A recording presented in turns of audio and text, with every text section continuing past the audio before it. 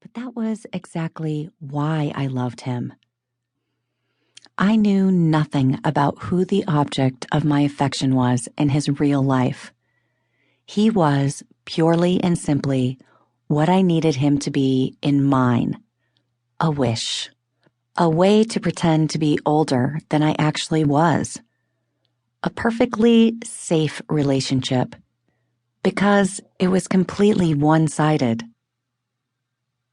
Crushes are love for the faint-hearted. A way to practice pairing up before the stakes get intense.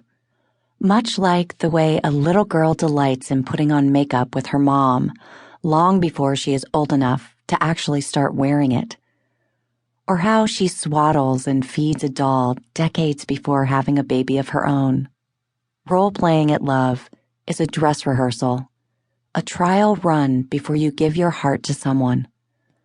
A crush, by definition, will never hurt you, not as long as you've invented him correctly, building him up to dynamic and unrealistic proportions in your mind. On the other hand, a real romantic relationship is a bottomless black pit into which you dive blindly. Sometimes you hit the water, sometimes you land on the rocks. It's so much easier to adore someone imaginary. My husband told me once that when he was 13, he dreamed he was crazy in love with a girl named Sandra. He could still, years later, describe the color of her hair and her lopsided smile and the way she smelled like sunlight and apples. Before he woke up, Sandra turned into a rabbit and hopped away from him. For weeks, he was moody and depressed, even though the girl he'd lost had never been real. True, Donny Osmond was real, but that hardly compared to the version of him I'd created in my mind's eye. To me, he was not a Mormon or an entertainer. I did not even really see him as a teenager, although he was the same age as the boy who lived across the street, who had sideburns and armpit hair, and was rumored to have made out with a substitute teacher behind the woodshop at the high school. No, in my dreams, Donnie was clean-cut and asexual, attentive and gentle and understanding. I've sometimes wondered what would have happened if I'd magically teleported from my backyard that evening to the studio where Donnie and Marie was filmed. What Mr. Osmond would have done when confronted by a grubby, tear-stained child clutching a pillowcase emblazoned with a bad likeness of his face. I like to think that with his many siblings and cousins, he would have been kind. I like to believe he would have given me a cookie to feed my hunger, and perhaps a kiss on the cheek to feed my dreams.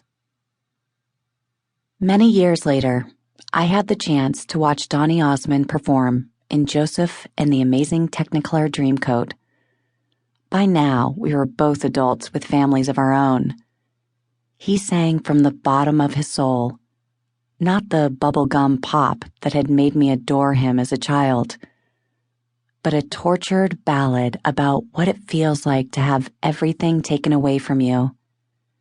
He was half naked on stage, and I was now old enough to appreciate his physical attractiveness and to feel the embers of that old crush start to burn in a new corporeal way. What if, I thought, for all of half a second. It was not completely unlikely that his wife or sons or daughters-in-law, or even Donnie himself, might have stumbled over one of my books and enjoyed it. Because of Hollywood and Broadway adaptations of my work, there was even a slight, odd chance that we might one day meet. But what would happen if the crush collided with the real man?